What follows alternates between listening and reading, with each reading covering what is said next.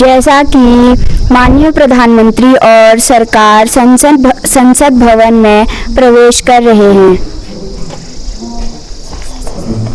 Sir तो जैसा मेरा सवाल पीएम महोदय से है कि बाल संसद क्या है, इसका अर्थ क्या होता है और आप हमारी बाल पीढ़ी को इसके बारे में क्या कहेंगे? युवा संसद का आयोजन डिजिटल इंडिया के प्रभाव पर किया गया था, जिसका उद्देश्य संसदीय सत्र के कामकाज का अनुकरण करना था, जिससे हमारे युवा छात्र छात्राओं को राष्ट्रीय चिंता और महत्व के विभिन्न विषयों पर अपनी राय व्यक्त करने, बहस करने और अपनी विचारों को विमर्श करने का अवसर मिल सके। यह संसद युवाओं के विकास में एक महत्वपूर्ण भूमिका निभाती है। माननीय प्रधानमंत्री जी, आज आप संसद भवन में क्या प्रस्ताव पेश करेंगे? आज मैं और मेरी सरकार संसद भवन में उपभोक्ता संरक्षण का प्रस्ताव पेश करेंगे। धन्यवाद। जय हिंद, जय भारत। सर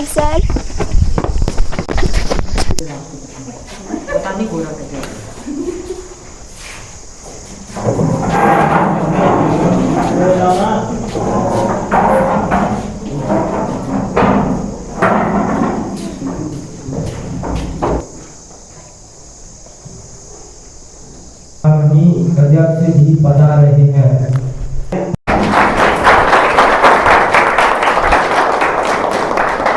कृपया सभी बैठ जाएं। महामहिम राष्ट्रपति जी पधार रहे हैं। महामहिम राष्ट्रपति जी पधार रहे हैं।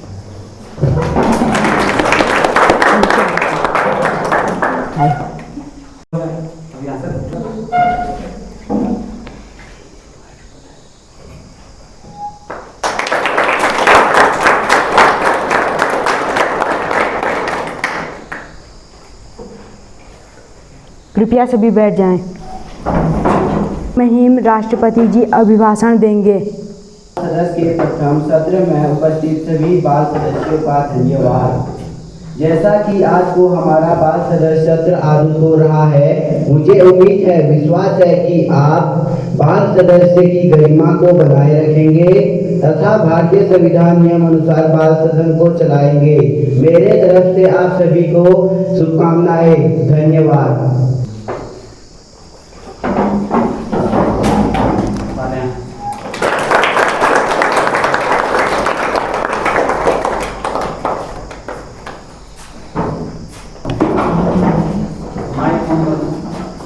बाल संसद के सत्र के प्रथम दिवस की कार्यवाही भारतीय संविधान के नियमानुसार शुरू की जाती है। प्रश्न स्वीकार।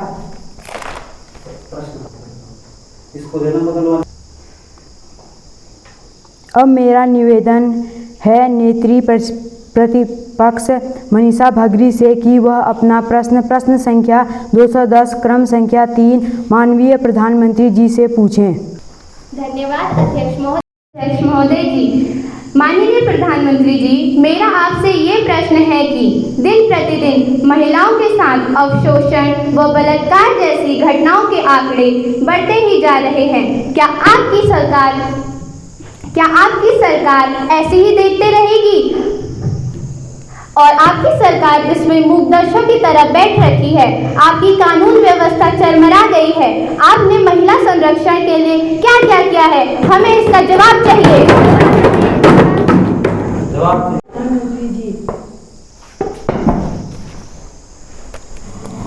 धन्यवाद अध्यक्ष महोदय।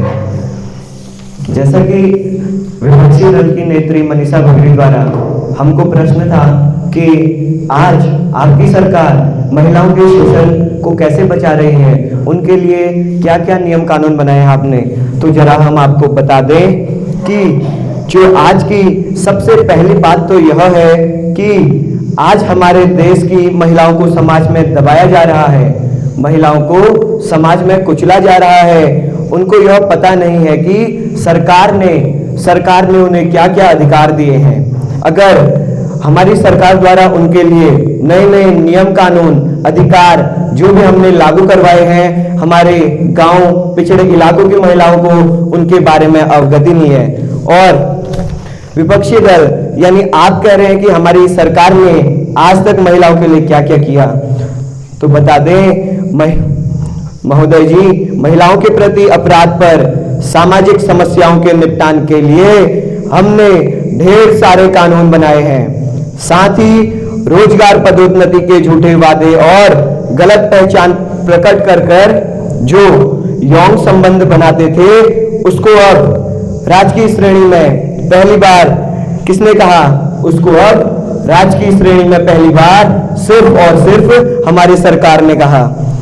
गैंगरेप के सभी मामलों में 30 साल की सजा या कारावास का प्रावधान किया है, जो आज नहीं है। 18 वर्ष से कम आयु की बच्चियों के मामलों में मृत्यु दंड का प्रस्ताव रखा गया है। मान्यवर, हम आपको बता दें, मॉब लिंचिंग का भी बड़ा शोर मचा है।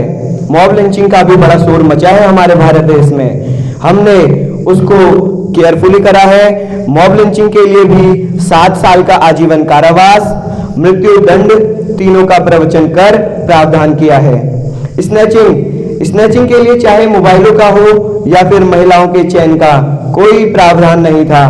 बहुत सारे लोग छूट जाते थे क्योंकि वे चोरी भी नहीं थी।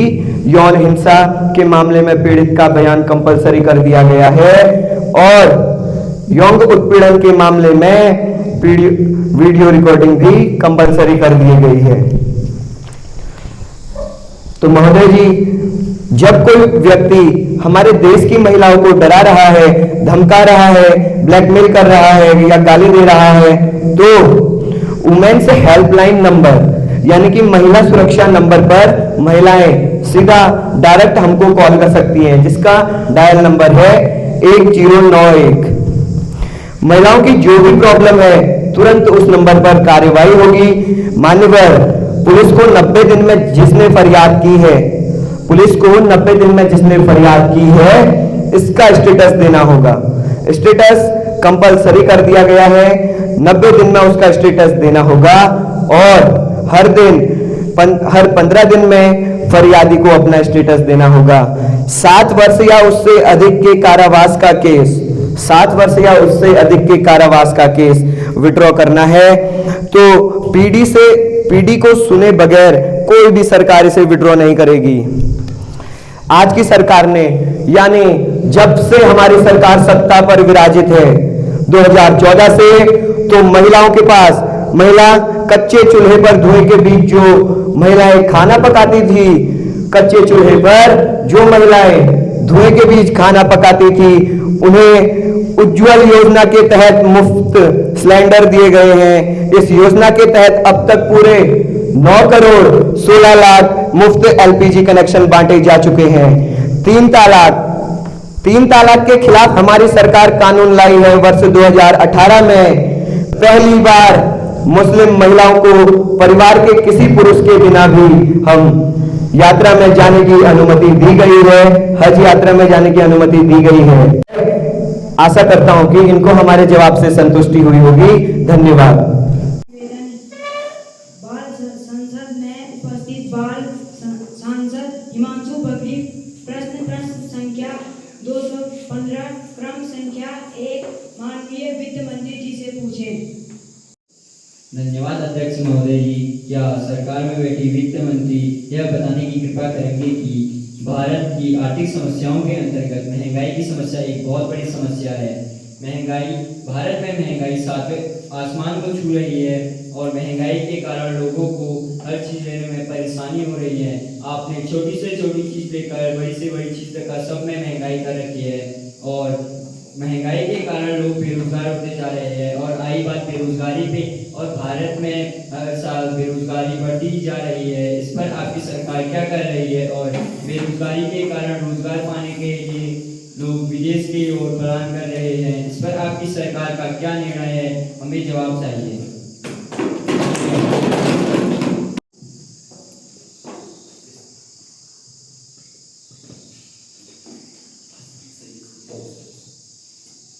माननीय वित्त मंत्री जी,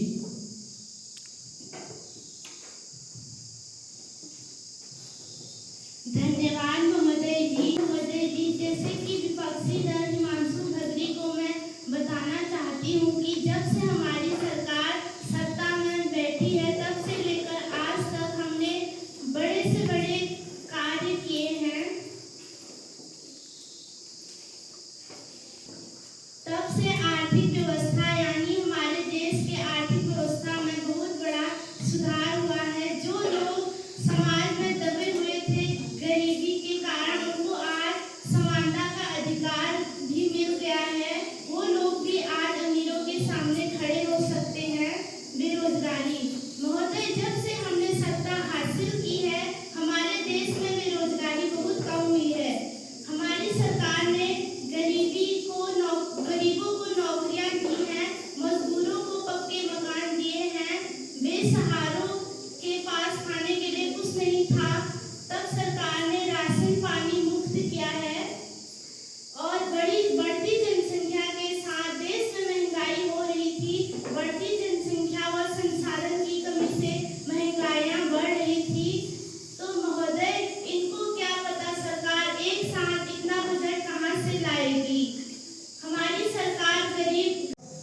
Any supplementary question?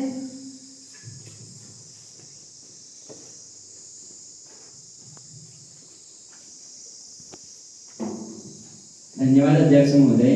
जैसा कि आपने कहा कि हम अमीरों से लेते हैं और गरीबों में बांटते हैं, ये बात आपने सही कही, परंतु हमारा उद्देश्य है महंगाई गरीबों और अमीरों में दोनों में समान है। ये नहीं कि गरीबों के लिए कम दाम में चीजें आती हैं और अमीरों के लिए ज्यादा दाम में। आपने कहा हम अमीरों से लेते हैं, परंतु उसमें गरीबों का पैसा भी तो होता है। जब गरीब सामान खरीदते हैं तो उनके लिए भी महंगाई होती है। हमारा मुख्य उद्देश्य यह था कि गरीबों के लिए महंगाई एक बहुत बड़ी चुनौती है। मुझे इस पर जवाब चाहिए आपका। धन्यवाद।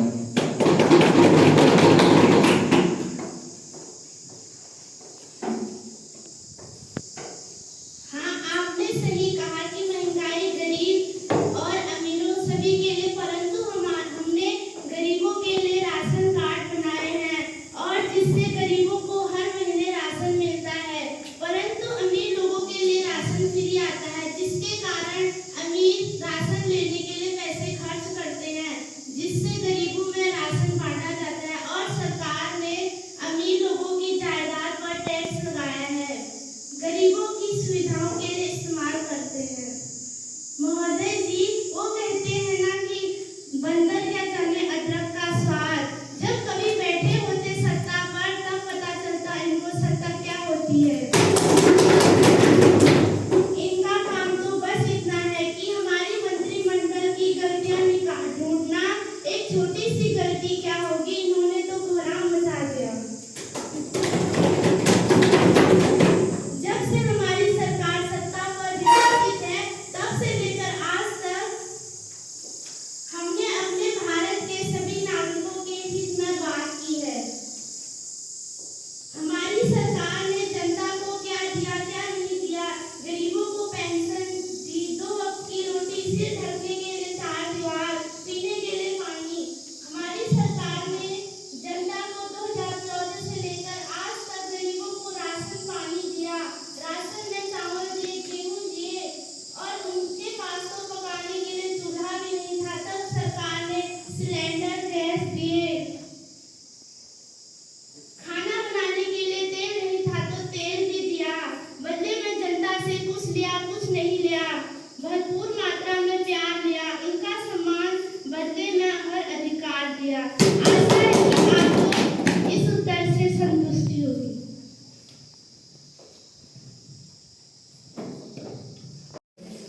अब मेरा निवेदन बाल संसद में उपस्थित बाल सांसद रंजना दलाली प्रश्न संख्या 270 क्रम संख्या 6 माननीय रक्षा मंत्री जी से पूछें। धन्यवाद महोदय। मेरा प्रश्न रक्षा मंत्री जी से है। पड़ोसी देश चीन ने हमारे लद्दाख क्षेत्र के जमीन पर कब्जा कर रखा है।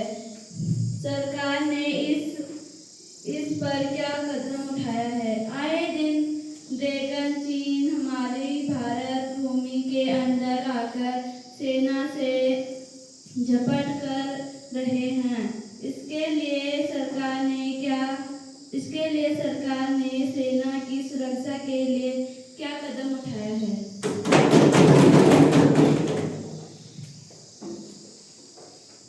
माननीय रक्षा मंत्री जी। धन्यवाद महोदय। जैसे कि हमारे विपक्ष नेता ने पूछा कि हमारे देश में आतंकवादियों का हमला होता है और सरकार क्या कर रही है, और लद्दाख में आतंकवादियों ने कब्जा कर रखा है।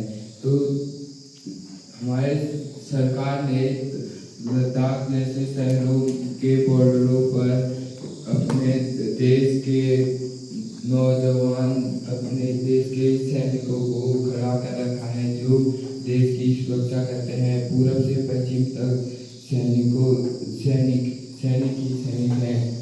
अब मेरा निवेदन बाल संसद में उपस्थित बाल सांसद तनुजा दानू प्रश्न संख्या 275 क्रम संख्या 5 माननीय शिक्षा मंत्री जी से पूछें। धन्यवाद अध्यक्ष महोदय।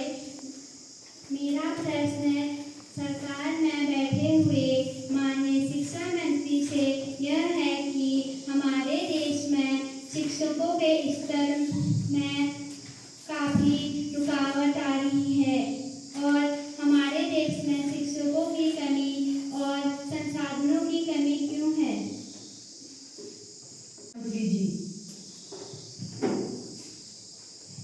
धन्यवाद महोदय जी।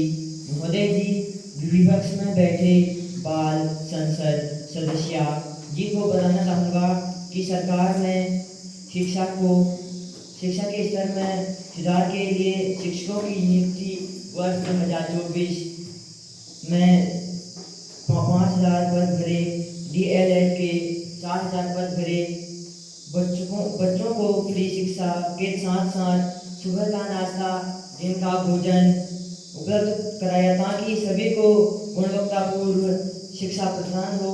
और हमने जो क्षतिग्रस्त विद्यालय थे उसके स्थान पर नए विद्यालय बनाने और उनके मरम्मत के लिए बजट पेश किया है और जल्द ही नए विद्यालय का निर्माण शुरू होगा। और हमने विद्यालयों के लिए अनेक सुविधाएं उपलब्ध कराए हैं जिनसे बच्चों को पढ़ने में आसानी हो। धन्यवाद।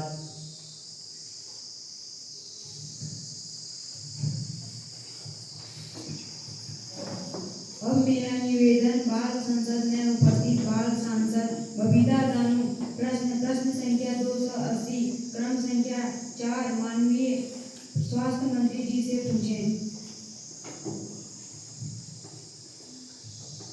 धन्यवाद महोदय जी।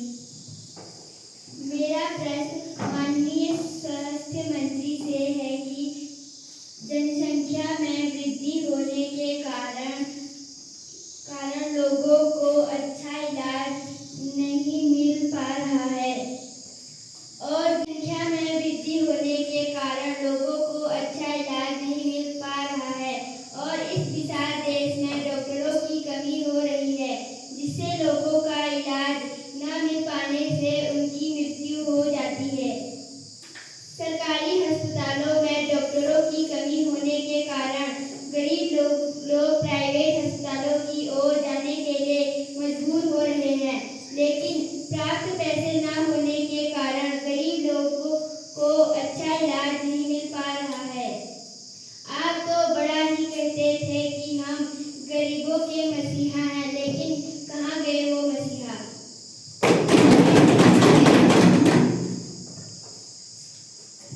माननीय स्वास्थ्य मंत्री जी।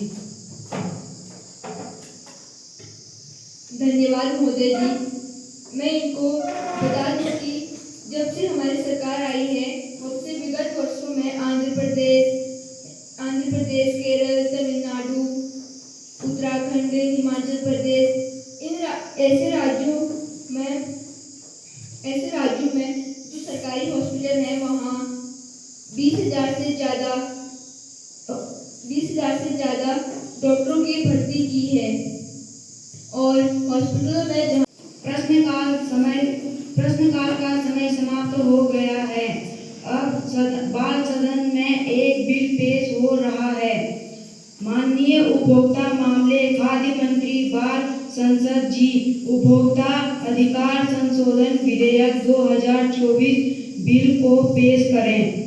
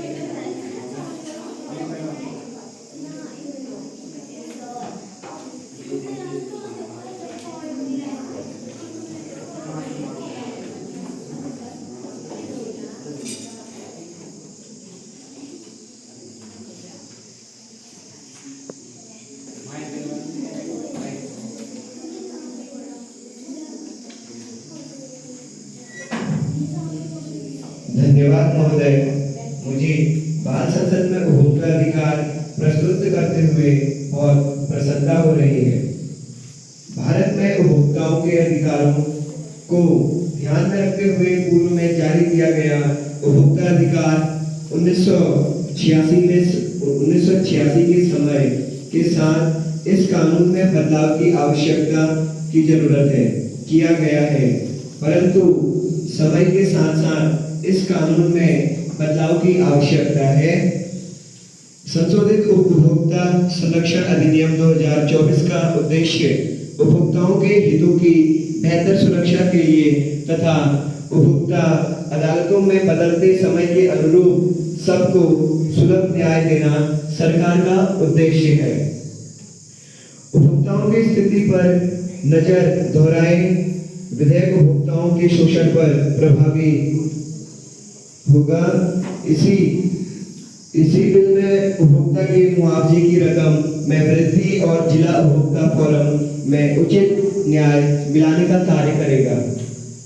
मेरे द्वारा सदन को प्रस्तुत किया गया प्रस्ताव से सभी सदस्य भली भांति अवगत हुए होंगे। धन्यवाद।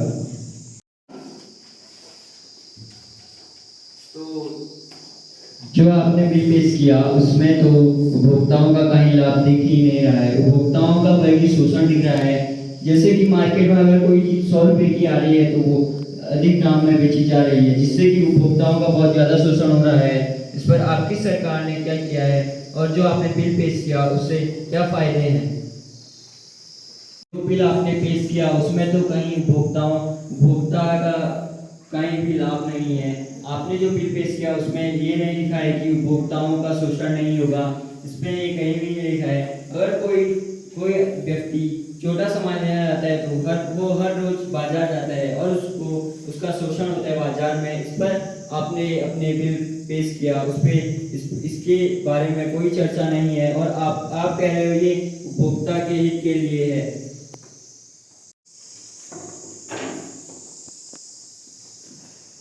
माननीय महोदय जी, इस बिल में गरीबों के अधिकारों की भी बात होती है। रोजमर्रा की जिंदगी में गरीब व्यक्ति बाजारी व्यवस्था में शोषित हो रहा है और गरीबों की भलाई सुरक्षा हित को देखते हुए यह बिल पेश किया गया है। हमारे बाल सरकार के द्वारा इस बिल में उपभोक्ताओं के हितों की रक्षा के लिए जिला उपभोक्ता अदालत तथा राज्य उपभोक्ता अदालतें में मुआवजे की राशि पहले से दोगुनी बढ़ा दी है, जिससे उपभोक्ताओं को उचित न्याय और बेहतर सुरक्षा की गारंटी हमारे सरकार द्वारा इस बिल में रखी गई है। धन्यवाद।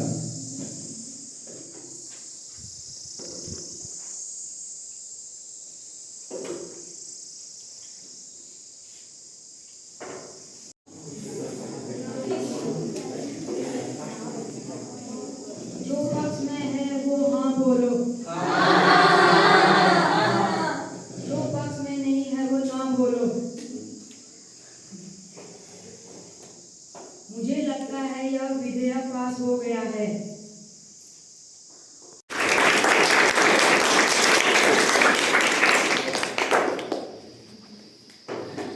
सदन की कार्यवाही को 1 घंटा घंटे के लिए स्थगित किया जाता है।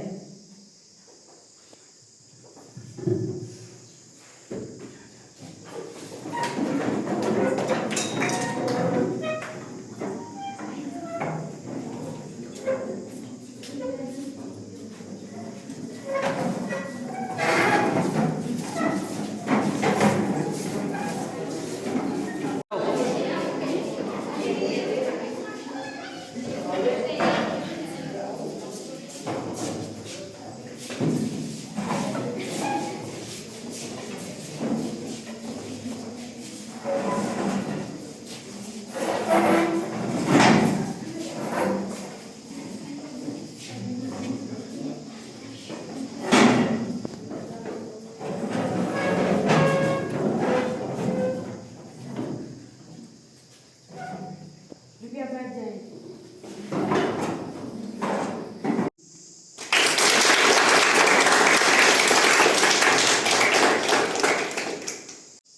माननीय सभी बाल सांसद ध्यान दें। विपक्ष में बैठे बाल सांसदों द्वारा एक ध्यान आकर्षण प्रस्ताव पेश किया जा रहा है।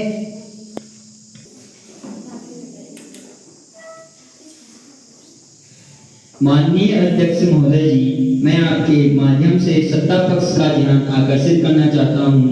जो सत्ता पक्ष की सरकार ने आर्मी की एक नई योजना शुरू की है, अग्निवीर। नाम तो इतना बड़ा है जितना इसके काम के साथ नहीं है, और इसके कारण भारत के युवा नागरिक भर्ती होने के लिए इतराते हैं और भर्ती होने से पहले ही रिटायर हो जाते हैं। जो युवा नागरिक अपने हौसले बुलंद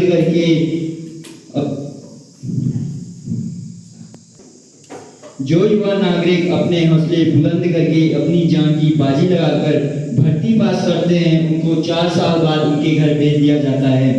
और जब ये शहीद होते हैं तो इन्हें शहीदी का पद नहीं दिया जाता है। तो सोचिए, जिन माँ के बेटे अग्निवीर में शहीद हुए होंगे तो उनके दिल में क्या ठेस पहुंची होगी। और जो नागरिक अपनी जान की बाजी लगाकर 4 साल के लिए अपने घर से दूर रहते हैं, तो अगर वो शहीद हो जाते हैं तो उनकी माँओं के दिल में बहुत ठेस पहुंचती है। और इन सरकार, जो ये सत्ता पक्ष की सरकार है, उनको इससे क्या मतलब, उनको तो अपनी सरकार चलानी है और अपने मुनाफे गिनने हैं। माननीय रक्षा मंत्री।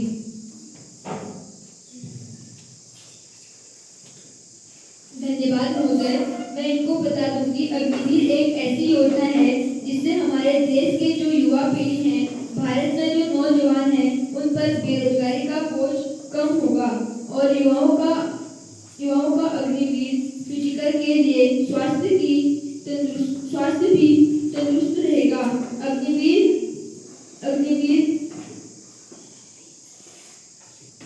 अग्निवीर 4 साल का इसलिए किया गया है क्योंकि देश के सभी युवा पीढ़ी को भर्ती होने का अवसर मिले, और जो अग्निवीर रिटायर्ड हैं उनके लिए सरकारी नौकरियों में 20% आरक्षण कर दिया गया है।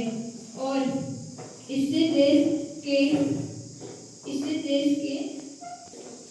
के नागरिकों के अंदर एक राष्ट्रीय भावना पैदा होगी। और अग्निवीर में 100 में से 25% लोगों को योग्यता देखकर आगे बढ़ाया जाता था, परंतु अब भारत सरकार ने 25% से 50% लोगों को आगे बढ़ाने का नियम बना दिया है, जिससे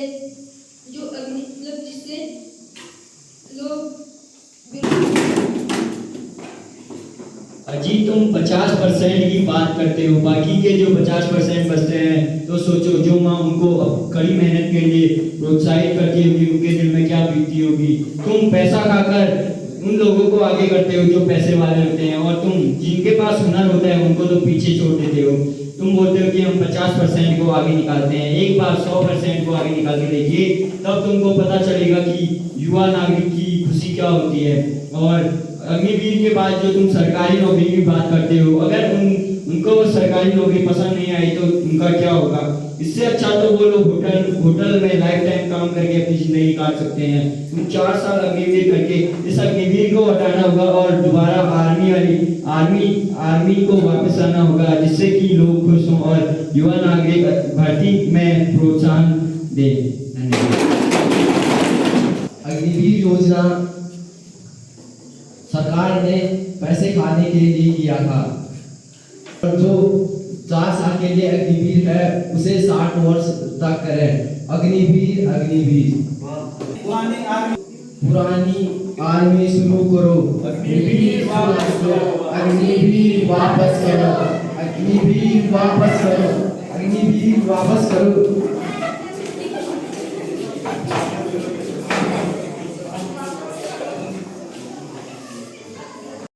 संसद की कार्रवाई समाप्त होती है और मैं मंत्री जी से पूछना चाहती हूँ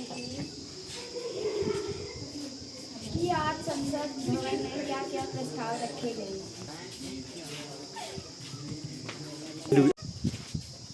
आज बाल संसद में हमारे द्वारा जो है उपभोक्ता संरक्षण अधिनियम का प्रस्ताव रखा हमने। उसमें जो है जनता के लिए उपभोक्ता में जनता के लिए हित की बात की गई और जो है प्रश्न काल में सभी जो विपक्षी दल थे उनके द्वारा सत्ता पक्ष से प्रश्न पूछे गए। इनमें पूरी जो हमारे देश की जनता है उनके लिए बात हुई और उनके हित में बात हुई। धन्यवाद। जय हिंद।